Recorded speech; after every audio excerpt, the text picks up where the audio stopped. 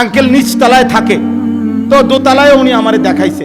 তো এক সাইডে একটা রুম একটু আন্দার আন্দার, আলো কম। তা আমি বললাম আঙ্কেল এখানে কি? দোতলায়। উনি বলতেছেন হুজুর এখানে আমি কয়টা ছাগল পালি।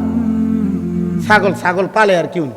তো আমি হাসতে হাসতে বললাম আঙ্কেল দেখছেন আল্লাহর কুদরত, আল্লাহ যারে ইজ্জত দেয় তারে দোতলায় রাখে। আল্লাহ যারে ইজ্জত দেয়, আল্লাহ ছাগলকে কত বড় সম্মান দিছে। ছাগল এখন দোতলায় থাকে, আপনি নিচতলায় থাকেন। তো ইজ্জত কার হাতে? আল্লাহর হাতে। আল্লাহর পছন্দ হয়েছে ইজ্জত দিয়ে ছাগল রে আল্লাহ বিল্ডিং এ দোতলায় উঠাই দিছে। তাহলে এটা কোনো আশ্চর্য কিছু না। আমার একজন ঘনিষ্ঠ লোক আছে, অস্ট্রেলিয়া থাকে। ওনারে জিজ্ঞাসা করছে আপনি কি করেন অস্ট্রেলিয়া? কয় যে হুজুর আমি হেলিকপ্টার দিয়া সার দেই, খেতে সার দেই। হেলিকপ্টার দিয়া কি দেয়? সার দেয়, সার খেতে সার দেয়। তাইলে পৃথিবী আল্লাহ তাআলা কাফের বেঈমানদের দেশে আরো বেশি দিয়ে রাখছে, দুনিয়া বেশি দিয়ে রাখছে, বেশি দিয়ে রাখছে। দালান বিল্ডিং ভবন বাদ দিতে বলি নাই। আমি এটা তুচ্ছ না, আপনি এটা হাকিকত বুঝতে হবে।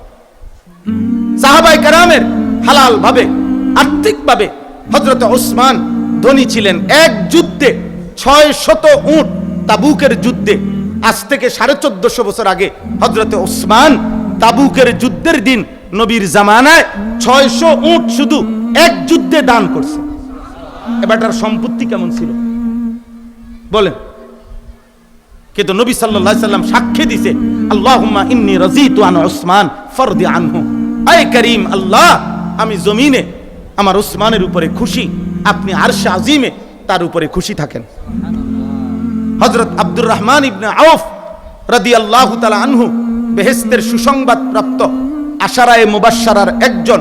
তিনি মদিনার বাজারে এক দাঁড়াইয়া, মানে এক দাঁড়ানোর মধ্যে থাইকা 100 উট মাল বোঝাই আল্লাহর রাস্তায় সাদাকা করছে। আল্লাহ তাআলা 1450 বছর আগে ওনারে কি পরিমাণ সম্পত্তি দিছে। হালাল হইলে তো ঠিক আছে, হালাল হইলে কোনো অসুবিধা নাই। কথা বুঝেন নাই আপনি? আবার হযরত আবু হুরায়রা রাদিয়াল্লাহু তাআলা আনহু, নাম শুনছেন না? কি বলছি নামটা? আবু হুরায়রা। হাদিসে স্পষ্ট আছে বহুদিন তিনি মদিনার মসজিদে নববীর বারান্দায় উপর হইয়া পয়রা উনি কাঁপতেন, এভাবে কাঁপতেন হযরত আবু হুরায়রা। তখন সাহাবীরা উনার ঘাড়ে মাথায় এরকম হাত পাও টিপ্পা দিত, বুঝতো, উনারা বলতো আবু হুরায়রার মনো খিচুনি রোগ, এজন্য কাঁপে। হাদিসে আছে হযরত আবু হুরায়রা রাদিয়াল্লাহু তাআলা আনহু চোখের পানি ফেলে বলতেন ওয়াল্লাহি মা বি ইল্লাল জু', আল্লাহর কসম সাহাবীরা আমার খিচুনি মির্গি ব্যারাম কিচ্ছু না, কাঁপুনি না, আমার পেটের ক্ষুধার কষ্টে আমি এমন কাঁপতেছি। এটাও সেই আবু হুরায়রা যিনি এমন অভাবী ছিলেন যে এক লোকমা খাবারের অভাবে কাঁপতেন। ডায়াবেটিস রোগীর খানা দেরি হইলে দেখেন সে কি শুরু হয়ে যায়, কাঁপ শুরু হয়ে যায়, ডায়াবেটিস রোগীর। তাইলে অর্থ হইল সম্পদ আল্লাহ যাকে দিছেন হালাল ভাবে কোনো অসুবিধা নাই, যাকে দেন নাই কোনো অসুবিধা নাই।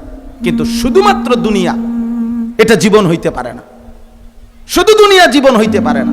তাহলে 3 নম্বর হলো আলেম, 4 নম্বর হলো মুতাআল্লিম, তালেবে ইলম, আল্লাহর কোরআন নবীর সুন্নাহ অধ্যয়নরত যে ওই তালেবে ইলম।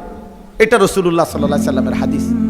আপনাদের কাছে আমি যে আয়াত পড়ছি এই আয়াতের এবার তরজমা বললে আমার কথা শেষ হবে। এই আয়াত আপনাদের কাছে অনুরোধ করি, ছোট্ট মানে লম্বা আয়াত পড়ছি, বিস্তারিত তাফসীর করা না, অল্প একটু এক কথায় আপনি বুঝবেন ইনশাআল্লাহ। 12 নম্বর পারা, 11 নম্বর সূরা, সূরা হুদ। এই সূরার 3টি আয়াত 17, 18, 19 আমি আপনাদের সামনে তেলাওয়াত করছিলাম। আর অল্প একটু সময় এই আয়াতের উপর একটু কথা বলি। প্রথম 17 নম্বর আয়াতে আল্লাহ তাআলা বলছে, বান্দা তোমাদের সামনে আমি 3টি জিনিস রাখছি।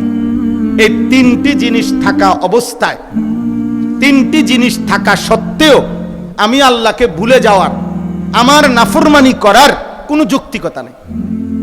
কোন যুক্তিতে আল্লাহকে অস্বীকার করার, আল্লাহর নাফরমানি করার যুক্তি নাই এই 3টি জিনিস থাকা অবস্থায়। তিনটি জিনিস কি? কয়টি জিনিস বলেন? এক নাম্বার ফিতরাত, অর্থ হইল আল্লাহকে মানার সৃষ্টিগত যোগ্যতা। এই মাথার তালু থেকে পায়ের নখ পর্যন্ত আমাদের সারা দেহে প্রতি অঙ্গে আল্লাহর যত বিধান, প্রত্যেক বিধান মানার সৃষ্টিগত যোগ্যতা, জন্মগত যোগ্যতা দিয়েই আল্লাহ তাআলা আমাদেরকে পৃথিবীতে মায়ের গর্ভ থেকে পাঠিয়েছেন।